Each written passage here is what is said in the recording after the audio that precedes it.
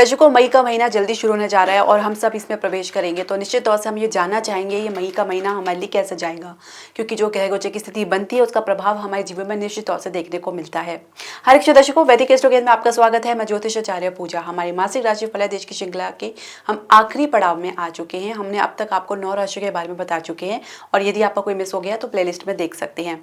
आज के इस वीडियो में हम चर्चा करेंगे हमारी 10वीं राशि मकर राशि के लिए। तो उनके लिए मई का महीना कैसा जाएगा, जो ग्रह गोचर की स्थिति बनेगी उनका क्या प्रभाव आपके स्वास्थ्य में देखने को मिलेगा, क्या उतार चढ़ाव देखने को मिल सकते हैं, कुछ सुधार देखने को मिलेगा। इसके अलावा आपके शिक्षा करियर में किस प्रकार की संभावनाएं देखने को मिलेगी ये हम तलाशेंगे। नौकरी पेशा लोगों के लिए कार्यक्षेत्र का माहौल कैसा रहेगा, क्या कुछ सावधानी आपको बरतनी है, ये भी हम समझेंगे।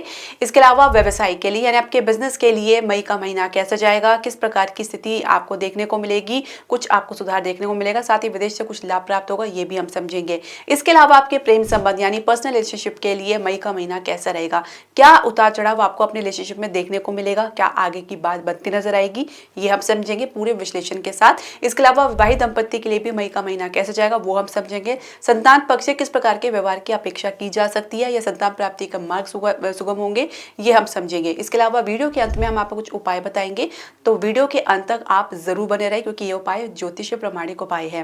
तो दर्शकों, आप अपनी जन्म राशि या जन्म लगन के अनुसार देख सकते हैं कि मकर राशि वालों के लिए जो ग्रह गोचर की स्थिति बनने जा रही है मई के महीने में वो किस प्रकार है। लग्नेश आपके द्वितीय भाव में अपनी कुंभ राशि में ही गोचर कर रहे हैं। इसके अलावा तृतीय भाव में मीन राशि में बुध नीच के यहाँ पे गोचर कर रहे हैं, साथ में मंगल और राहु भी गोचर कर रहे हैं। चतुर्थ भाव में आपके उच्च के सूर्य गोचर कर रहे हैं मेष राशि में, साथ में बृहस्पति और शुक्र भी गोचर कर रहे हैं।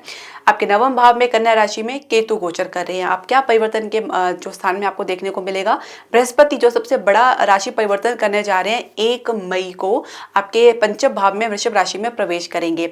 दर्शकों, हमने अलग से इसके लिए वीडियो बनाई है, यानी बृहस्पति का जो बहुत बड़ा गोचर होने जा रहा है वो तमाम 12 राशियों के लिए किस प्रकार का प्रभाव डालेगी, आप प्लेलिस्ट में जरूर देखिएगा और अपनी राशि के अनुसार आप देख सकते हैं कि ये जो गोचर होगा सबसे बड़ा गोचर होगा, तो वो आपके लिए क्या क्या लाभ प्राप्त होगा, क्या क्या आपको सामान्य रहेगा या क्या आपको सावधानियां बरतनी है, तो आप जरूर देखिए। पूरे विश्लेषण के साथ हमने प्रस्तुत किया है।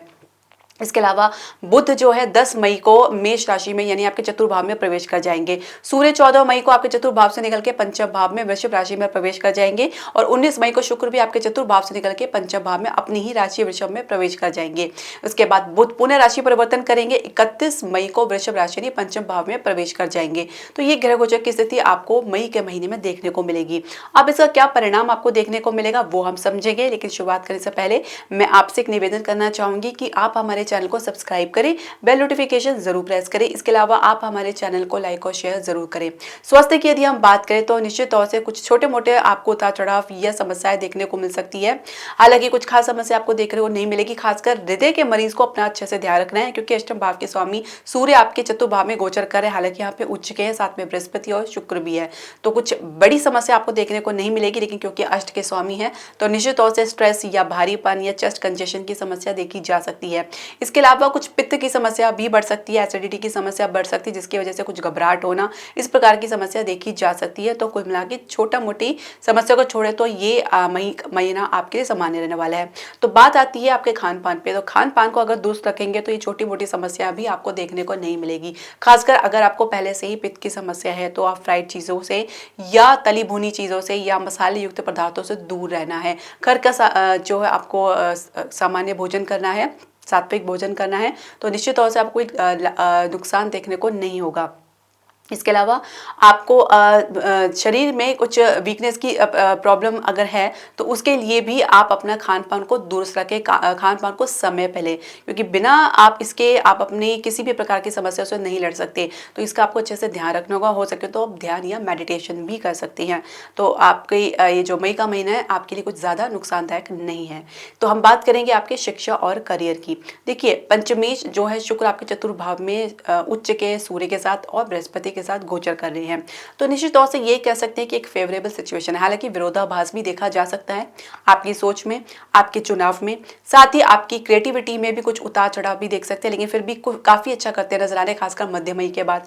जैसे ही पंचमेश पंचम भाव में प्रवेश करेंगे तो निश्चित तौर से आप देखेंगे कि अच्छी ग्रोथ आपको देखने को मिल रही है। एक मार्गदर्शन के आधार पर आपको एक मार्ग मिलेगा जहाँ पे आपको ये डिसाइड करना है कि आपको इसी मार्ग में जाना है, मतलब कि एक उचित मार्ग आपको मिल सकता है।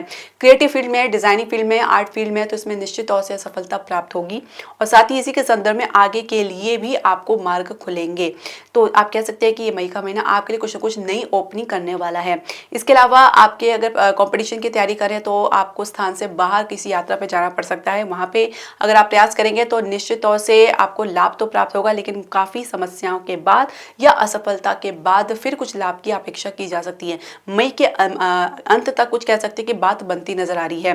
तो शुरुआत में थोड़ा ढीला रह सकता है, कुछ गिरावट देखने को मिल सकती है। कैंपस प्लेसमेंट में आशातीत सफलता आपको देखने को मिल सकती है, अपेक्षा लाभ आपको देखने को मिलेगा, क्योंकि यहाँ पे आपको अच्छा सपोर्ट देखने को मिल सकता है। आपके कॉन्फिडेंट के आधार पे कुछ अच्छी प्लेसमेंट आप हासिल कर सकते हैं, कुछ अच्छी इंटर्नशिप के ऑफर आपको मिल सकते हैं। और कहे तो अगर आपकी करियर की जो शुरुआत होने जा रही है वो भी काफी बढ़िया रहने वाली है। दशमें शुक्र चतुर्थ भाव में बैठ के दशम भाव में दृष्टि डालेंगे तो निश्चित तौर से आपको एक अच्छा सपोर्ट देखने को मिलेगा। इसके अलावा आप अपने ही फील्ड में आगे के लिए आपको आगे के लिए कह सकते हैं कि बेहतर अपॉर्चुनिटी मिल सकती है। इसके अलावा अगर आप उच्च शिक्षा के लिए प्रयास करेंगे तो निश्चित तौर से काफ़ी उतार चढ़ाव इसके संदर्भ में आपको देखने को मिल सकता है। इसके अलावा आप ये देखेंगे कि कुछ ना कुछ एडजस्टमेंट या समझौता करना पड़ सकता है या किसी फील्ड में कुछ परिवर्तन करना पड़ सकता है। फिलहाल इस तरफ आप सोचना नहीं चाहेंगे। इसके अलावा अगर हम बात करें आपके करियर और शिक्षा के लिए मई का महीना काफ़ी बढ़िया रहने वाला है। शुरुआत में थोड़ा सा ढीलापन देखा जा सकता है, लेकिन धीरे धीरे आप इसको पिकअप करते नजर आ रही हैं। और जैसे ही आपके बुध जो है नीचता से बाहर निकलेंगे, आपके चतुर्थ भाव में प्रवेश करेंगे, फिर पंचम भाव में प्रवेश करेंगे, तो धीरे धीरे आपके अंदर प्रोग्रेस, ग्रोथ देखी जा सकती है। जो आपके भीतर एजिटेशन थी, हिचकिचाहट थी, उसमें भी कमी देखी जा सकती है। अब नौकरी पेशा लोगों के लिए हम समझेंगे इनके कार्यक्षेत्र का माहौल कैसा रहेगा। जैसे मैंने बताया कि दशमेश शुक्र चतुर्थ भाव में बैठ के दशम भाव में दृष्टि डाल रहे हैं, साथ में बृहस्पति और उच्च के सूर्य हैं। शुरुआत तो काफी बढ़िया रहेगी, अधिकारी आपके सपोर्ट में रहेंगे, आपके काम में एक विविधता देखी जा सकती है, क्रिएटिविटी देखी जा सकती है, नयापन देखा जा सकता है और जिसकी वजह से आपको वाहवाही मिल सकती है। इसके अलावा जैसे ही दशमेश आपके पंचम भाव में प्रवेश करेंगे, साथ में सूर्य भी होंगे और बृहस्पति भी होंगे, फिर बुध भी होंगे, तो कह सकते हैं कि आपकी क्षेत्र जो है, आपकी क्रिएटिविटी और भी निखर कर आएगी। साथ ही कुछ आपको आगे बढ़ने के ऑफर मिल सकते हैं, अवसर मिल सकते हैं, कुछ नई रिस्पॉन्सिबिलिटी आपको मिल सकती है। इसी के आधार पर आपसे कुछ सलाह मशवरा भी लिया जा सकता है। तो कुल मिला के आप एक अच्छे ग्रोथ के पाथ में या मार्ग में आप चलेंगे और ये एक आपके लिए फेवरेबल सिचुएशन रहने वाली है। साथ ही नई जॉब के लिए प्रयास करें तो उसमें आपको स्थान से बाहर जाना पड़ सकता है, कुछ उतार चढ़ाव देखने को मिल सकता है। शुरुआत में काफी ढीली कह सकते हैं कि धीमा रह सकता है, लेकिन धीरे धीरे इसमें भी आपको जो है गति देखने को मिलेगी। खासकर मध्य मई के बाद अगर हम बात करें तो फिर आपको अच्छी कह सकते हैं चांसेस या मिल सकते हैं, अपॉर्चुनिटी मिल सकती है, जहां पे आप जिस फील्ड में आप जाना चाहते हैं, प्रमोशन के लिए अप्लाई करना चाह रहे हैं या ग्रोथ के लिए आगे आप अपनी कोशिश करना चाह रहे हैं, तो उसमें थोड़ा सा आपको धैर्य से काम लेना होगा। कहीं ना कहीं अपना आपा खोते नजर आ रहे हैं, कहीं ना कहीं तीव्र प्रतिक्रिया देते नजर आ रहे हैं, खासकर को वर्कर और सहकर्मियों के साथ भी रिलेशनशिप में काफी उतार चढ़ाव देखने को मिल सकता है और उनके कारण बात बनी बनाई बिगड़ सकती है। आप अपनी सिचुएशन को खुद ही खराब कर सकते हैं। तो ऐसे में आपको धैर्य धारण करना है, मौन धारण करें।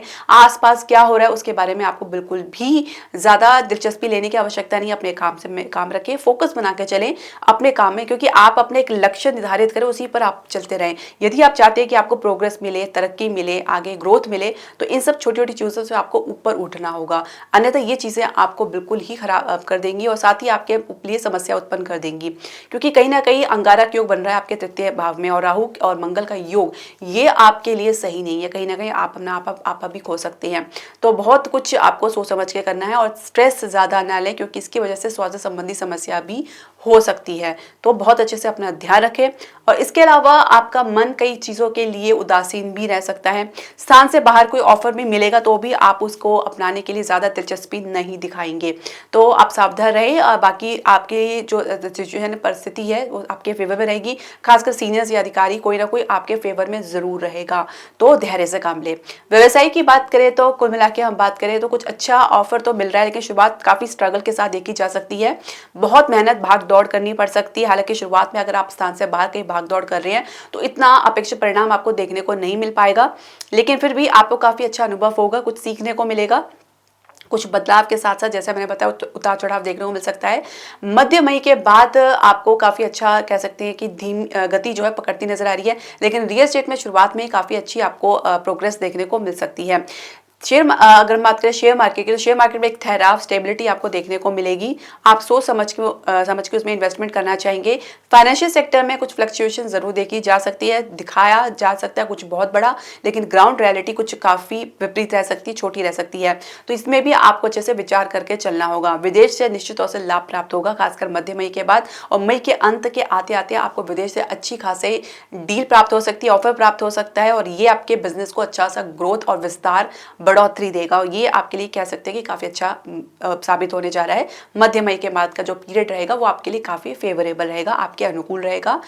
थोड़ा संघर्ष जरूर देखा जा सकता है, काफी भागदौड़ करनी पड़ सकती है, क्योंकि अभी भाग्य स्थान में केतु गोचर कर रहे हैं, तो निश्चित तौर से आपके लगन में भी इनकी दृष्टि पड़ेगी, तो कहीं ना कहीं आपके भी तो उदासीन देखी जा सकती है, दिलचस्पी में कमी देखी जा सकती है, और आपका मन उच्चाट भी हो सकता है। ऐसी स्थिति में आपको इसके बारे में बिल्कुल भी ध्यान नहीं देना, हो सके तो अपने आपको बिजी रखने का प्रयास करें। इसके अलावा अगर हम बात करें आपके पर्सनल रिलेशनशिप की या आपके लव रिलेशनशिप के लिए, तो निश्चित तौर से छोटी बात यह है कि छोटी बात भी कभी कभी बड़ी हो जाती है, इसको नजरअंदाज तो नहीं करना चाहिए। आपकी और आपके पार्टनर के बीच में एक समस्या ईगो की है, अहम की है, क्योंकि आप अपने अपनी जगह से हिलना नहीं चाह रहे, तो ये कुछ समस्या आपको मध्य मई के बाद ज्यादा देखने को मिल सकती है, और कहीं ना कहीं आपको ऐसा लग सकता है कि आप लोग के बीच में एक डिस्टेंस आ गया है और आप लोग के बीच में मिसअंडरस्टैंडिंग आ गई, आप एक दूसरे को समझना नहीं चाह रहे हैं, और रिलेशनशिप में थोड़ा सा आपको कह सकते हैं हताशा, निराशा देखने को मिल सकती है। लेकिन क्योंकि पंचमेश पंचम भाव में गोचर करेंगे, तो निश्चित तौर से आपको पूरा सपोर्ट भी देखने को मिलेगा। एक बॉन्ड आप लोगों के बीच में, एक कह सकते हैं कि प्रेम और सौहार्द आप लोगों के बीच में कहीं ना कहीं बना रहेगा, तो ये आपके रिश्ते को हर विपरीत परिस्थिति से बाहर भी लेकर जाएगा। पर क्योंकि सूर्य अष्टम भाव के स्वामी है, तो अचानक ब्रेक या डिस्टेंस या रिलेशनशिप में कह सकते हैं कि दूरी दे सकते हैं। अचानक कुछ आप लोगों के बीच में एकदम से डिसाइड होता है कि चाहिए अब खत्म करना है, और फिर आप विपरीत दिशा में जाते हैं, लेकिन फिर कुछ समय बाद फिर आप आने का प्रयास करेंगे, तो इस प्रकार का उतार चढ़ाव आपको देखने को मिल सकता है। अब आप विवाह की चर्चा परिवार के साथ करना चाह रहे तो निश्चित तौर से आपको अच्छा खासा सपोर्ट देखने को मिलेगा, परिवार का सपोर्ट देखने को मिलेगा। विवाह की चर्चा चल भी रही है तो भी आप कह सकते हैं कि एक सामान्य स्थिति आपको देखने को मिल सकती है। कुछ शुरुआत में कह सकते हैं गर्मा गर्मी या कुछ तनाव देखा जा सकता है, लेकिन धीरे धीरे इसमें भी स्थिति में जो है काबू होता नजर आएगा, तो कह सकते हैं कि सामान्य से बेहतर रहेगा आपके लिए।